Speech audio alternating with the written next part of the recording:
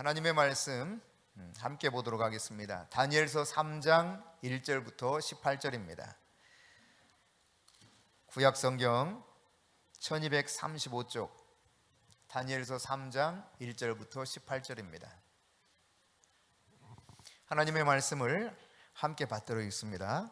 느부갓네살 왕이 금으로 신상을 만들었으니 높이는 60규빗이요 너비는 6규빗이라.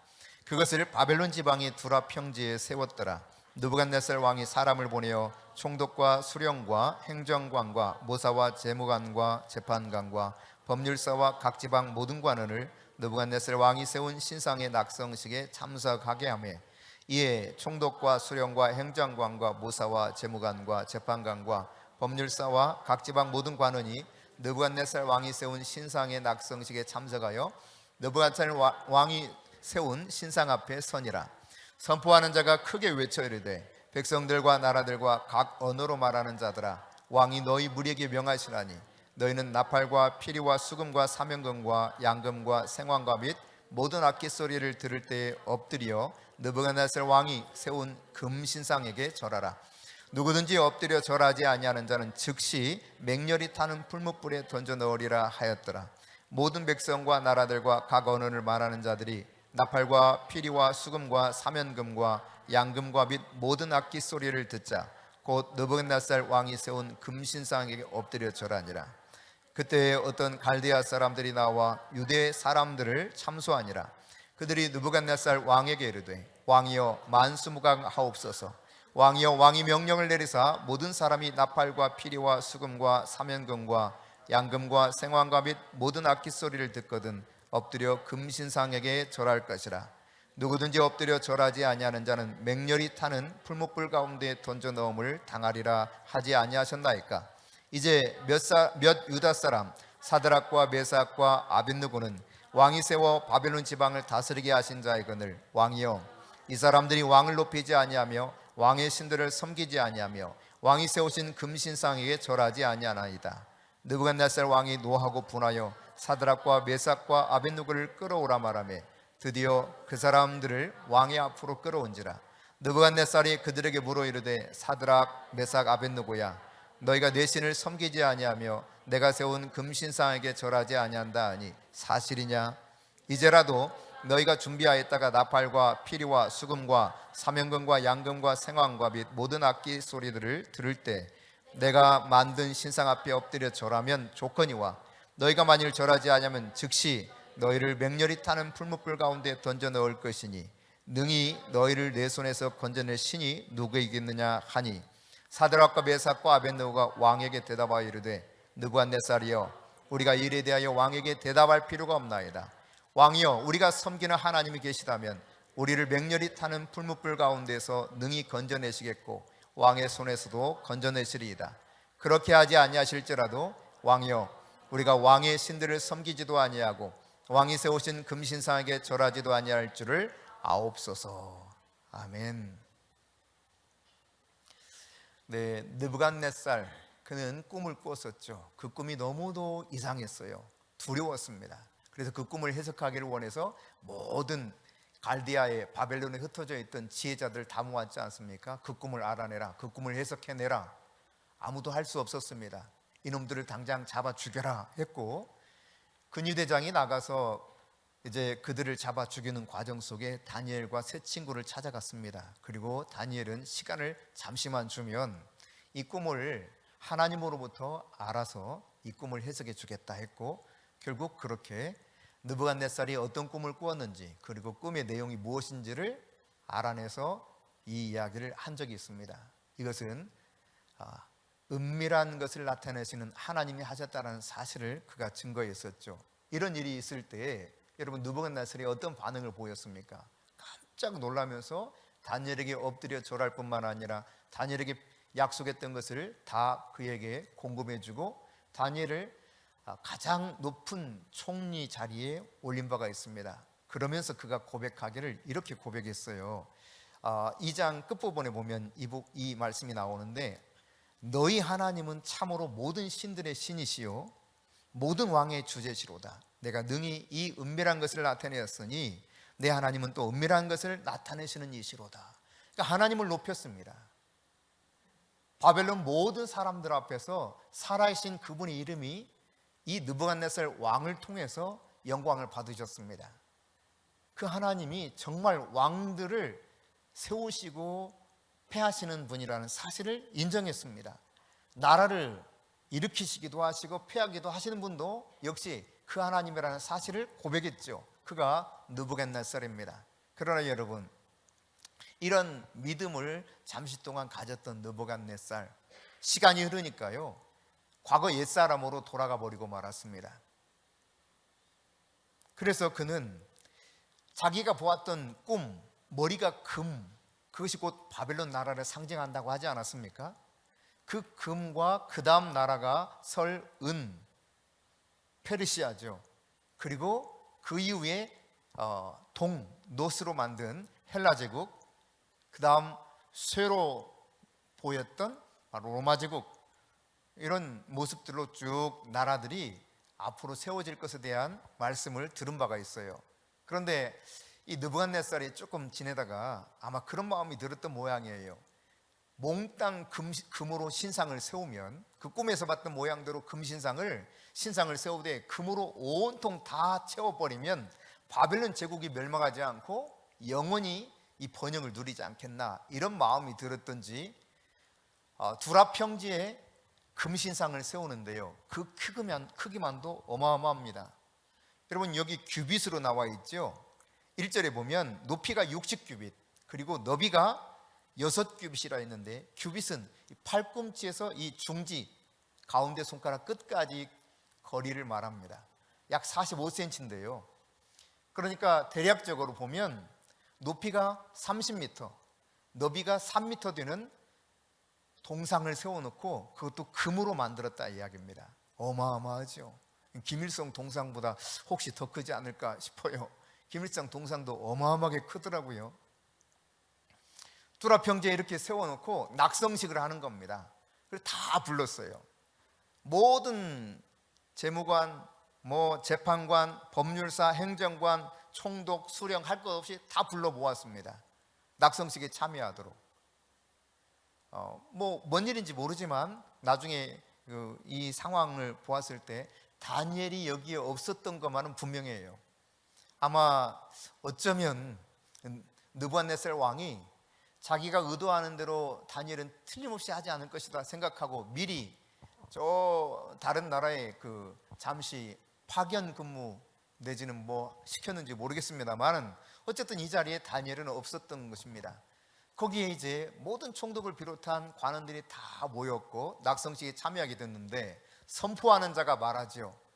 이제 모든 악기들이 울려 퍼지고 연주될 때 너희들은 일제히 그 신상에 엎드려 절을 해라.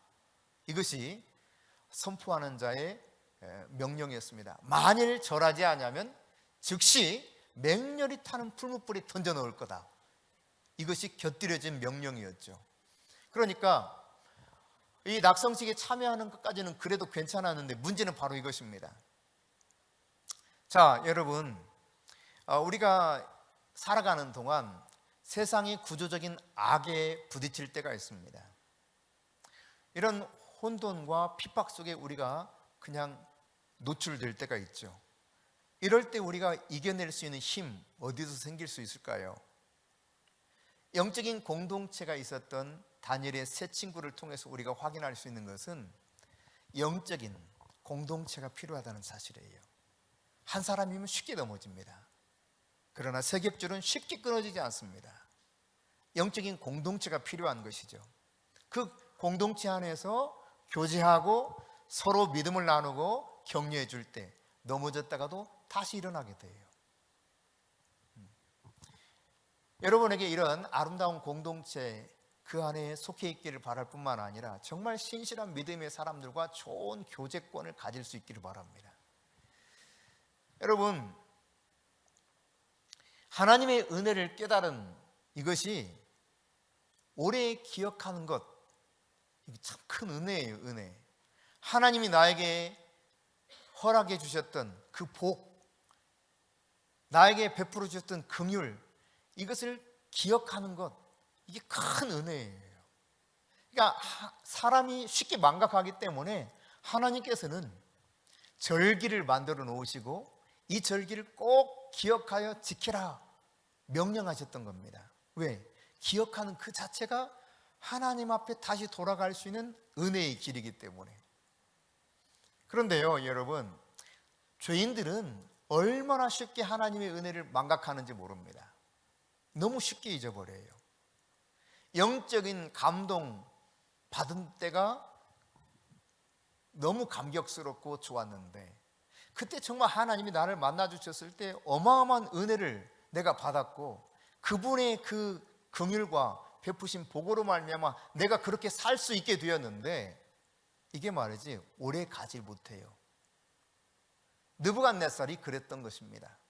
그는 세월이 흐르니까 교만해졌어요. 소위 광기가 생깁니다. 미친 사람처럼 사실 바뀌어갑니다. 너무 자만해지는 것이죠. 여러분, 이 꿈을 해석했던 다니엘의 그 꿈 해석, 이 사건 이후로 오늘 본문에 등장하는 이 이야기는 대략 15년이 지난 때입니다. 세월이 지나니까 하나님의 은혜는 잊혀졌어요. 그 살아계신 하나님에 대한 두려움이 어느 순간 사라져 버렸습니다. BC 586년 바로 그 무렵인데요, 이때는 느부갓네살이 예루살렘을 세 번째로 침공해서 마침내 완전히 점령했던 때입니다. 무너뜨렸습니다.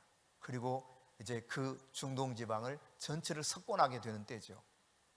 그래서 그랬는지 이제 유다의 신 야훼를 꺾은 것처럼 그런 자만심이 들어갔는지도 모르겠어요.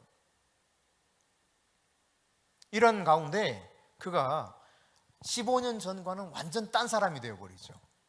그리고 금신상을 만들어 놓고 그 앞에 엎드려 절하라고 말합니다. 여러분, 다니엘을 통해서 얼마나 큰 은혜와 감동을 받았습니까? 그리고 그 하나님에 대해서 그가 어떤 신앙을 고백했습니까? 그러나 여러분, 현재는 어떻습니까? 자, 이 모습을 통해서 우리가 보면 감동이 필요하죠. 인간에게 하나님의 은혜와 역사가 정말 필요하죠. 그러면서 감동받을 필요가 있어요.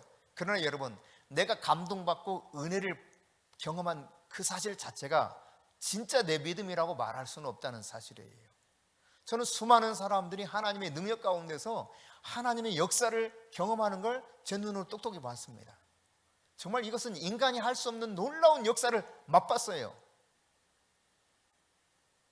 즉시 수술해야 된다는 디스크가 그 순간 나와버리고, 소아마비도 그 자리에서 낫고, 소경도 눈을 점점 눈이 거의 완전히 소경되어 가던 사람도 눈을 뜨고, 저희들 앞에서 일어났던 일들입니다. 그런데요, 그 감동과 그 사건이 있었다고 해서 진짜 믿음의 사람으로 계속 살아가는가? 그렇지 않더라고요. 그 은혜는 시간이 지나면 망각하고 얼마나 교만해지는지 몰라. 인간이 자기 생각에 완전히 사로잡혀요. 자기 뜻대로 주물럭주물럭 하려고 해요. 마치 느부갓네살처럼 말이죠. 여러분, 금신상 앞에 엎드려 절하지 않으면 뜨거운 풀무불에 던져 넣겠다. 이게 지금 느부갓네살이 명령을 내리는 거 아닙니까? 그래서 모든 사람들이 악기가 연주될 때 다 큰 신상에 엎드려서 절을 합니다. 그런데 여러분, 8절부터 18절에 보면 다니엘의 세 친구 이야기가 나옵니다. 다니엘의 세 친구에게 큰 위기가 찾아왔습니다. 그러나 그 위기 속에서 그들은 어떻게 믿음을 지켰는가가 오늘 우리가 읽었던 본문 속에 나타납니다. 문제의 발단은 어떤 것이냐 하면 이 갈대아 사람들이 왕 앞에 찾아와요. 이 갈대아 사람들은 바벨론 그냥 평민들, 갈대아 평민들을 이야기하는 것이 아니라 우리가 1장에서 살펴봤듯이 모든 그 지혜자들 중에 최고로 뛰어난 지혜자들, 그래서 관직에도 제일 높은 관직을 유지하고 있었던 그들입니다. 그들이 평상시 사실 유다 포로로 끌려왔던 이 다니엘과 세 친구들을 바라봤을 때 마음이 좀 좋지 않았죠. 시기하고 질투하는 마음이 있었죠. 높은 관직을 저들이 차지하고 있고, 그들에게는 지혜와 총명이 다른 사람에 비해서 월등히 앞섰기 때문에 이 마음 안에서 늘 시기하면서 질투하면서 기회만 있으면 끌어내리고 싶은 마음으로 가득 차 있었던 것이죠.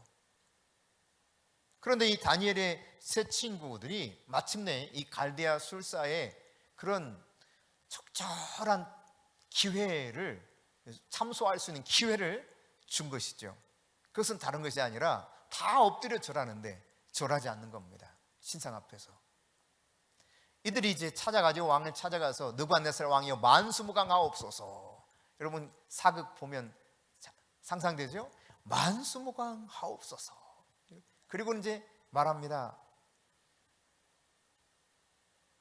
왕이시여, 얼마 전 왕께서 명령을 내리지 않았습니까? 그 두랍평지에 세운 금신상, 그 앞에 다 악기 소리가 연주되기 시작하면 다 엎드려 절하라고 하지 않았습니까? 그렇지. 뿐만 아니라 그 악기 소리 연주되어 시작할 때 다 엎드려 절하지 않으면 맹렬히 타는 풀무불 속에 즉시 집어넣어 죽여버린다 하지 않았습니까? 그렇지.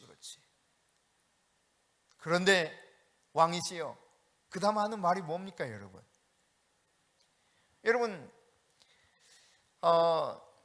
12절 한번 보십시다. 오늘 본문 12절 같이 읽습니다.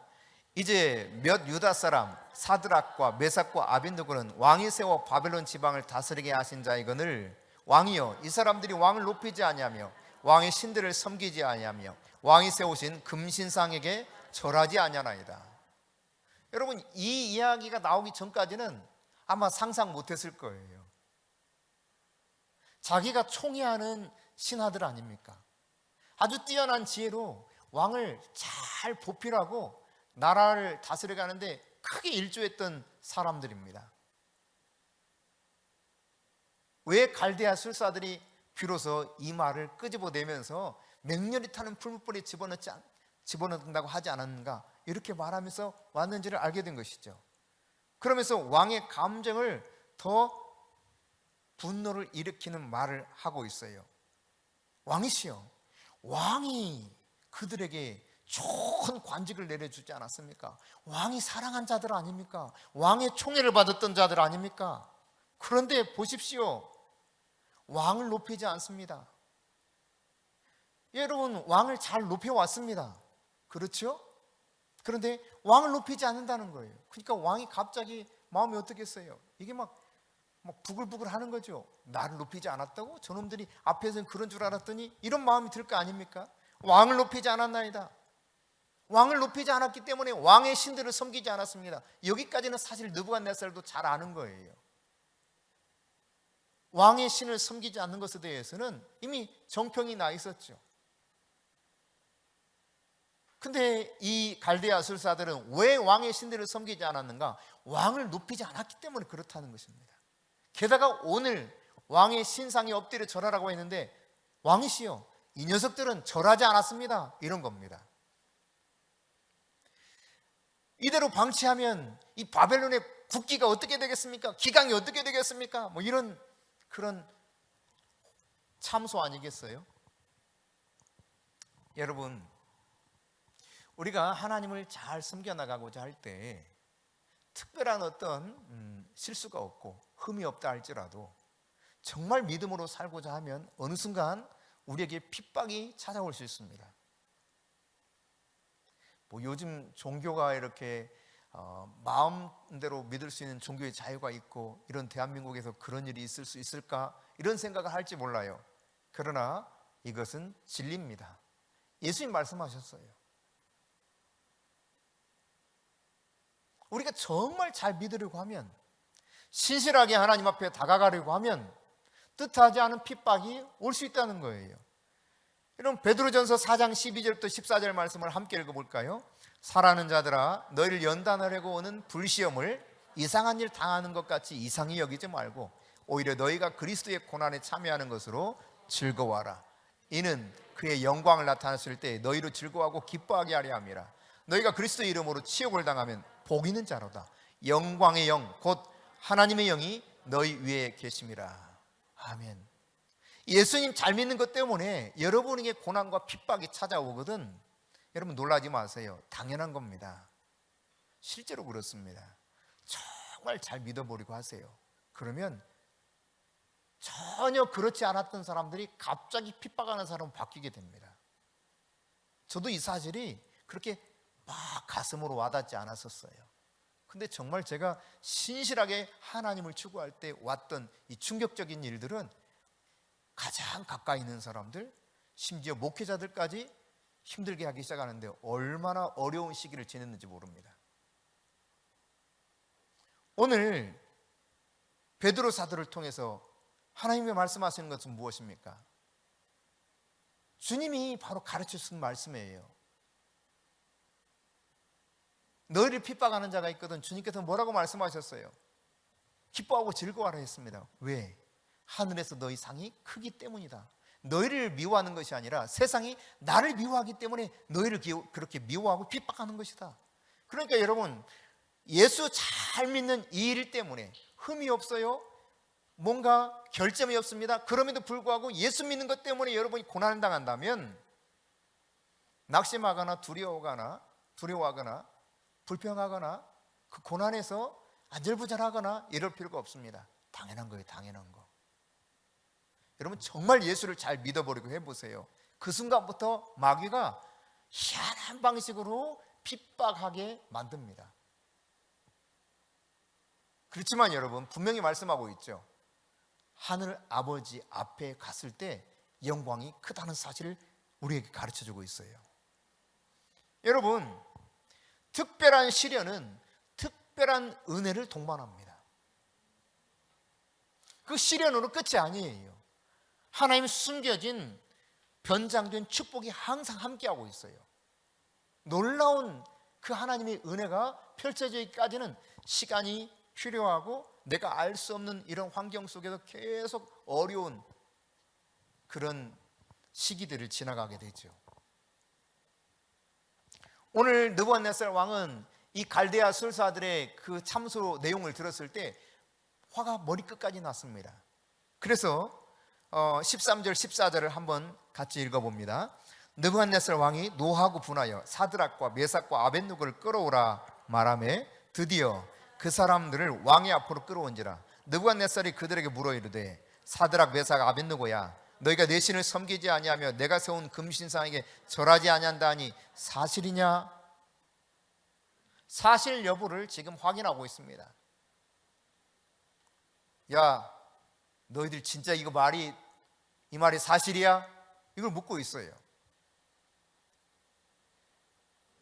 이들을 부를 때 사드락, 메삭, 아벳느고라고 부릅니다. 원래 그들의 이름은 하나냐, 미사엘, 아사라였죠.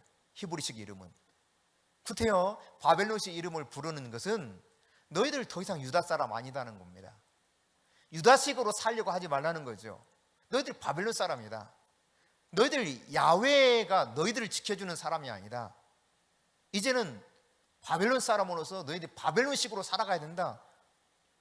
이런 보이지 않는 의도를 가지고 그의 이름을 바꿔줬을 뿐만 아니라 지금도 그렇게 부르고 있죠. 사드락, 메삭, 아벳느고야 너희들이 지금 내가 만든 신상에 엎드려 절하지 않을 뿐만 아니라 우리의 신에게 절을 하지 않았다고, 섬기지 않았다고 사실이야? 말하는데 여기에 대해서요 그 다음 답을 듣기도 전에 마음이 급한 건 누구냐? 사드락, 메삭, 아벳느고 죽음 앞에 놓인 이들이 아닙니다. 마음이 급한 거는 왕 느부갓네살이에요. 그래서 곧바로 이어서 말합니다. 그들이 대답하기도 전에 이제라도 여러분 15절이에요. 같이 읽어봅니다. 이제라도 너희가 준비하였다가 나팔과 피리와 수금과 사면금과 양금과 생황과 및 모든 악기 소리를 들을 때 내가 만든 신상 앞에 엎드려 절하면 좋거니와 너희가 만일 절하지 아니하면 즉시 너희를 맹렬히 타는 풀무불 가운데 던져 넣을 것이니 능히 너희를 내 손에서 건져낼 신이 누구이겠느냐 하니. 여러분 보세요. 이제라도. 그러니까 느부갓네살 왕은 지금 이런 겁니다. 제발 나를 봐서라도 이놈들아, 네가 지금 그러면 안 되잖아. 너들 살아야 하잖아. 나를 위해서도 니네 살아야 돼. 그냥 눈 딱 감고 한번 절하면 좋겠어. 이런 이야기예요. 부탁하고 있는 거예요. 이제라도 제발 절 좀 해달라는 거예요. 그렇지 않으면 맹렬히 타는 풀무불에 너희들을 집어넣어야 되는데 이 속에서 누가 너희를 건져낼 신이 있겠냐? 야훼도 못 건져내. 너희들은 지금 목숨이 내 손에 있어. 내가 지금 명령하면 너희들은 지금 죽을 수밖에 없어. 이런 이야기죠. 너희 신 야훼가 어떻게 해줄 수 있던 게 아니라는 것입니다. 그러나 여러분, 다니엘의 세 친구들의 대답을 보십시오. 기가 막힙니다. 왕이요, 우리가 섬기는 그 전에 16절에 우리가 느부갓네살이요, 우리가 이 일에 대하여 왕에게 대답할 필요가 없나이다. 대답도 필요 없다는 거예요. 대답할 가치가 없다는 겁니다. 왕이 완전히 그냥 수치를 당하는 장면이죠. 왕의 권위가 완전히 깡그리 무시되는 듯한 느낌을 받습니다.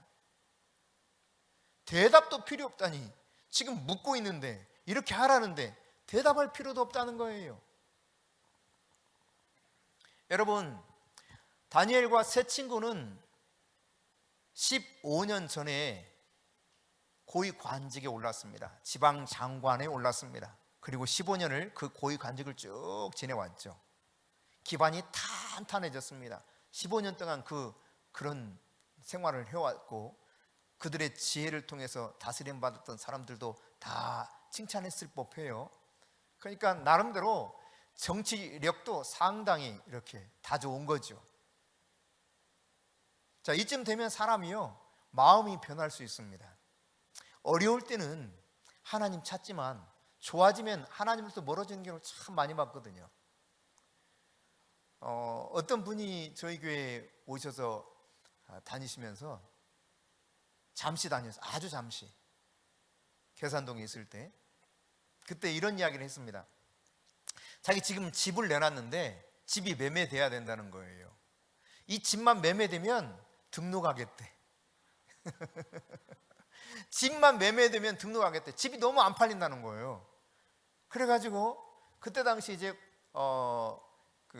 우리가 MRS 스텝 1을 하고 있었을 때인데, 그 지체들이 섬기면서 기도해 줬습니다. 그 진짜 신기하게 얼마 지나지 않아서 집이 팔려버렸어요. 등록했을까요? 그것으로 끝이에요. 사라졌어, 어디로. 그러니까 지금 15년 전 그 위기 속에서 결단하고 그들이 목숨 걸고 기도했고, 다행스럽게 하나님께서 꿈을 알려주셨고 꿈을 해석하게 만들므로 말미암아 고위 관직에 올라갔잖아요. 그리고 15년 쭉 지내옵니다. 얼마나 평안하고 좋습니까? 기반이 탄탄해졌단 말이죠. 살 수 있게 됐어요. 근데 위기가 또 찾아온 겁니다.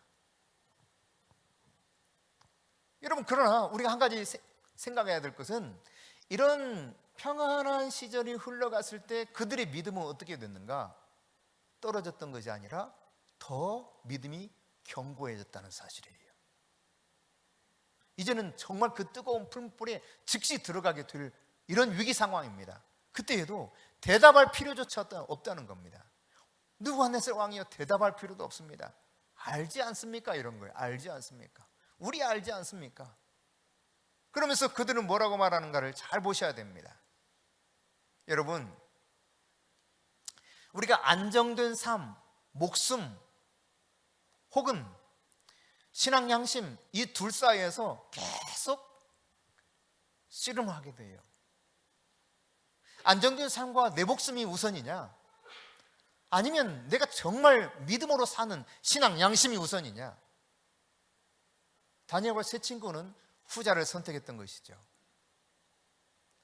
여러분, 이런 위기에 닥쳤을 때 사람들이 흔히 나타내는 반응 중에 하나, 잠깐만 좀 기도해보면 안 되겠어요? 뭐 이럴 수도 있어요. 기도해보고 내가 대답할 말을, 내가 행동할 것을 좀 결정하면 안 되겠습니까? 여러분, 기도해보고 말고 자식고 이럴 것도 없어요. 대답할 필요가 없다는 겁니다.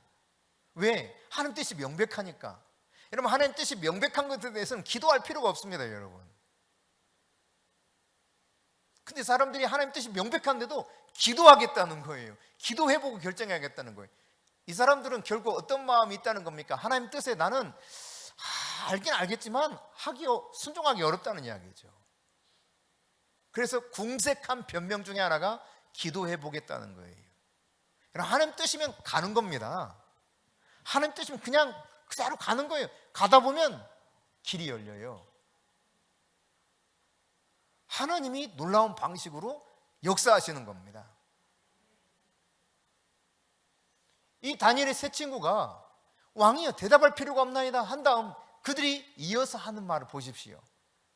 그게 바로 17절 18절입니다 자, 같이 읽습니다. 왕이여 우리가 섬기는 하나님이 계시다면 우리를 맹렬히 타는 풀무불 가운데서 능히 건져내시겠고 왕의 손에서도 건져내시리이다. 그렇게 하지 아니하실지라도 왕이여 우리가 왕의 신들을 섬기지도 아니하고 왕이 세우신 금신상에게 절하지도 아니할 줄을 아옵소서. 아멘. 우리가 섬기는 하나님이 계시다면, 이 말은 무슨 말이에요? 하나님이 살아계신다. 그 살아계신 하나님이 계시는데 우리는 이렇게 할 것이다. 어떻게 하겠다는 겁니까? 맹렬히 타는 그 하나님이 하시기는 일을 대해서 말하고 있죠. 하나님은 살아계시기 때문에 이렇게 하실 거다. 첫째, 맹렬히 타는 풀무불 가운데서 우리를 건져내실 것입니다. 두 번째, 당신의 손, 왕의 손에서 우리를 건져낼 겁니다. 당신이 어떻게 해서 우리를 죽이려고 해도 우리는 살아날 겁니다. 왕권에 도전은 하듯이 이야기하는 거 아닙니까? 왕의 명령에 따라 죽고 사는 건데 왕의 손에서도 하나님이 건져낼 거라는 거예요. 그리고 이제 다시 말하는 한마디 덧붙이는 것, 그것은 만일 그렇지 아니할지라도 풀무불 속에서 우리가 죽는다 할지라도, 타 죽는 일이 있다 할지라도 우리는 어떻게 할 것이냐? 왕의 신들을 섬기지 않을 겁니다. 왕이 세운 그 심상에 절하지 않을 겁니다. 아주 당당하게 이야기하고 있어요. 여러분이 그 입장에서 서 있다면 어떨지. 우리나라 고위 관료들 그리고 목회자들이나 종교인들, 정치인들도 상당수 북한에 다녀왔는데요, 모르겠어요. 북한에 다녀온 가운데 만일 인솔자가 김일성 동상 앞에 가서 이 시간 뭔가 이렇게 연주를 하거나 뭘 표시를 할 때 엎드려 절하라 혹은 참배하라 했을 때 목숨 걸고 하지 않았던 사람이 혹시 있을까? 나라면 어떻게 할까? 여러분이 지금 북한에 방문했는데 김일성 동상 앞으로 딱 데리고 가는 겁니다. 그리고 지금 여기 참배하는 시간이니까 참배하라고 딱 명령을 떨어졌습니다. 여러분 어떻게 하겠어요? 만일 거기서 참배를 하지 않으면 못 돌아올지 몰라요. 영영 이제는 가족들 못 볼지도 모릅니다. 죽을지도 모릅니다. 여러분 어떻게 할 것 같아요? 이게 막연한 다니엘 그 옛날 이야기가 아니라는 것을 생각해야 돼요. 그리고 나는 북한 땅에 갈 일 없었기 때문에 뭐 그럴 일이 나한테 있겠습니까? 이런 생각할지도 모릅니다. 그러나 잠시 후에 살펴보겠지만 이것은 우리의 이야기예요. 야훼 하나님을 믿는 신앙이라고 하는 것은 무조건적입니다. 절대적입니다. 타협이 없습니다. 생각할 여지가 없습니다. 대답할 필요조차 없는 것이라고 말하고 있지 않습니까? 근데 우리는 자꾸 궁색한 이유들을 찾으려고 하죠. 이러이러해서 저러저러해서. 그리고 예수를 잘 믿기 원하면 먼저 원수들이 나타나기 시작해요. 그 가장 가까이 가장 먼저 찾아오는 원수는 너희 집안 식구니라. 예수님 그렇게 말씀하셨습니다. 잘 믿지 못하게 방해합니다.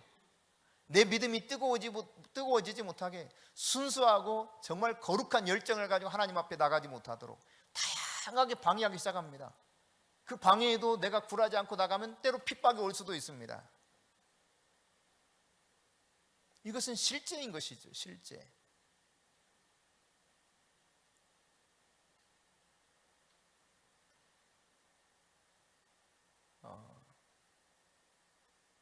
새 친구들, 그들의 고백은 한마디로 말하면 이거예요.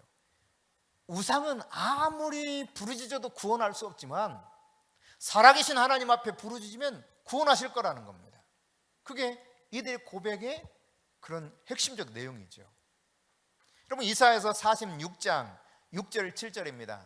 한번 같이 읽겠습니다. 사람들이 주머니에서 금을 쏟아내며 은을 저울에 달아 도금장에게 주고 그것으로 신을 만들게 하고 그것에게 엎드려 경배하며 그것을 들어 어깨에 메어다가 그의 처소에 두면 그것이 서 있고 거기에서 능히 움직이지 못하며 그에게 부르짖어도 능히 응답하지 못하며 고난에서 구하여 내지도 못하느니라. 사람이 그렇게 만들어요. 그 문 가져다가 막 입힙니다. 그리고 그걸 낑낑거리면서 옮겨서요, 자기가 원하는 자리에 그것을 세워둬요. 그런데 한 발자국도 이 신이 움직이질 못해. 무슨 한마디도 할 수가 없어. 아무리 부르짖어도 응답할 수가 없어. 그런데 열심히 그 앞에 가서 엎드려 절하고 부르짖어요. 그게 인간의 모습이에요. 그러나 여러분, 하나님은 어떤 분이냐? 이사야 선지자의 말을 계속 봅시다. 43장 2절입니다. 내가 물 가운데로 지날 때 내가 너와 함께 할 것이라. 강을 건널 때 물이 너를 침몰하지 못할 것이며 내가 불 가운데 지날 때에도 타지도 아니할 것이요 불꽃이 너를 사르지도 못하리니. 하나님은 이렇게 약속하고 있어요. 물이 우리를 침몰치 못한다는 겁니다. 요단강 범람한 시기에 물이 여러분 이스라엘 백성들을 완전히 침몰시켰습니까? 마른 땅이 되고 그들은 유유히 그 강을 건넜습니다.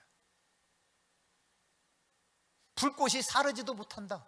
이것이 하나님의 약속입니다. 하나님은 그렇게 역사하시는 분이세요. 여러분, 우리가 마지막 때라고 이야기하죠. 그렇습니다. 마지막 때를 살고 있습니다. 언제 주님이 다시 오실지 알 수 없는 그런 때에 살고 있죠.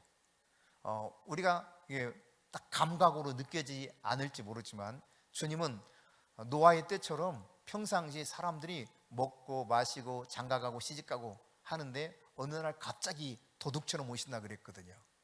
여러분, 요한계시록 13장을 보십시다. 요한계시록 13장 같이 읽어보면 짐승이 입을 벌려 하나님을 향하여 비방하되 그의 이름과 그의 장막 곧 하늘에 사는 자들을 비방하더라. 또 권세를 받아 성도들과 싸워 이기게 되고 각 족속과 백성과 방언과 나라를 다스리는 권세를 받으니 죽임을 당한 어린 양의 생명책에 창세 이후로 이름이 기록되지 못하고 이 땅에 사는 자들은 다 그 짐승에게 경배하리라. 누구든지 귀가 있거든 들을지어다. 사로잡힐 자는 사로잡혀갈 것이요 칼에 죽을 자는 마땅히 칼에 죽을 것이니 성도들의 인내와 믿음이 여기 있느니라. 내가 보매 또 다른 짐승이 땅에서 올라오니 어린 양같이 두 뿔이 있고 용처럼 말을 하더라. 그가 먼저 나온 짐승의 모든 권세를 그 앞에서 행하고 땅과 땅에 사는 자들을 처음 짐승에게 경배하가니 곧 죽게 되었던 상처가 나온 자니라. 큰 이적을 행하되 심지어 사람들 앞에서 불이 하늘로부터 땅에 내려오게 하고 짐승 앞에서 받은 바 이적을 행함으로 땅에 거하는 자들을 미혹하며 땅에 거하는 자들에게 이르기를 칼에 상하였다가 살아난 짐승을 위하여 우상을 만들라 하더라. 그가 권세를 받아 그 짐승의 우상에게 생기를 주어 그 짐승의 우상으로 말하게 하고 또 짐승의 우상에게 경배하지 아니하는 자는 몇이든지 다 죽이게 하더라. 아멘. 이게 마지막 때 일어날 일이라는 것을 분명하게 요한 사도를 통해서 말씀해 주고 있죠. 어쩌면 이 일들이 지금 다 현실 속에서 나타나고 있다고 봐도 틀린 말은 아닐 겁니다. 예컨대 앞서 말씀드린 북한의 주민들은 김일성 동상 앞에 엎드리지 않으면 아마 곧 즉시로 죽임당할 겁니다. 공개 처형 당하겠죠. 이 부분에 대해서는 요한계시록 강의를 할 때 최 목사님께서 여러분에게 자세하게 풀어주실 거고요. 이 우상이라고 하는 것은 어떤 형체를 말하는 거예요. 히브리어로는 첼렘. 마치 하나님의 형상처럼. 그러니까 어떤 형체를 만들어 놓고 그 앞에 섬기게 한다는 거예요. 이 단어에서 이제 최 목사님께서 전에도 이 부분 강의하면서 여러분과 함께 나눴지만 아이돌, 우상이라는 단어가 나왔어요. 흔히 연예인들 가운데 아이돌 하는 것은 말 그대로입니다. 우상이라는 이야기입니다. 우상. 그 우상을 섬기고 살아가요. 우상을 섬기지 않는 것 같은데 사람들이 우상 앞에 그냥 눈물 콧물 다 쏟으며 살아갑니다. 그 형체를 만들어 놓고도 그 앞에 그냥 계속 보면서 눈물 흘리는 사람들 있을 수 있습니다. 그렇죠? 어쨌든 여러분, 이것이 이제 어떤 형태로 우리에게 구체적으로 나와서 할지 모르지만 이 짐승이 말이지 입에서 하늘에서 불이 떨어진다는 거예요. 그러니까 그 만화 같은 데서 보면 여러분 그 용의 입에서 불이 확 나가는 그런 모습 보셨죠? 이게 다 성경에서 나온 이야기입니다. 뭐 엄청난 이적을 행하기도 하는 거예요. 그러면서 우상 하나 만들어 놓고 너희를 거기 엎드려 절하라. 다 절하더라. 절하지 않으면 다 죽이더라. 이마나 오른손에 표를 받지 않은 자들 매매를 할 수 없게 되더라. 이런 날이 오리라고 성경은 예언해 주고 있죠. 우리가 여러분 이런 마지막 때 다니엘과 같은 다니엘의 세 친구가 위기 상황에 맞닥뜨렸던 것처럼 이런 상황 속에 살아가고 있다는 사실을 깨달아야 돼요. 이런 마지막 때 이런 살고 있는 우리에게 요구되는 믿음이 어떤 것인가? 여러분, 다니엘과 이 세 친구들이 살았던 상황처럼 우리가 잠시 전 살펴봤던 요한계시록 말씀을 통해서 우리에게 이와 같은 때가 올 것을 분명히 예언하고 있습니다. 날마다 여러분 세상 살아가면서 내가 원하는 방식으로 하나님이 응답해 주실 것이라고 상상하며 산다면 그것은 착각입니다. 늘 해피엔딩이 있을 수만은 없습니다. 우리에게 요구되는 것은 그리 아니하실지라도 나는 여전히 하나님을 신뢰합니다. 이 믿음의 태도가 필요한 거죠. 내가 생각한 대로 안 된다 할지라도 나는 하나님을 믿습니다. 여러분 예수님도요 십자가 앞에서 정말 십자가 감당하기를 싫어했습니다. 너무도 고통스러운 것이었기 때문에 십자가의 단순한 그 죽음 때문에라기보다 사실 지옥에까지 떨어졌거든요. 우리 사도신경 내용에는 빠져있지만 원문에는 지옥에 떨어지셨어요. 그 아버지 하나님과 완전히 교제가 끊어지고 지옥에 들어가는 이 고통을 주님이 아셨기 때문에 예수님께서는 마태복음 26장 39절에 그렇게 기도하는 것입니다. 할 수만 있거든 이 잔을 제발 지나가게 해달라는 거예요.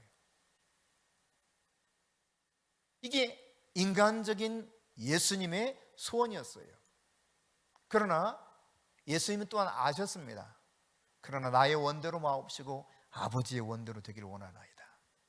여러분 이것이 우리가 가져야 될 믿음의 태도인 것이죠. 이런 마지막 때 요구되는 믿음을 가지고 우리가 살려면 배반하지 않는 믿음, 어떤 상황 속에도 끝까지 내가 하나님에 대한 신뢰를 가지고 살아가는 그 믿음을 유지하기 위해서, 키워가기 위해서는 어떻게 해야 되느냐? 그럼 날마다 성령님의 도우심을 잊기를 바랍니다.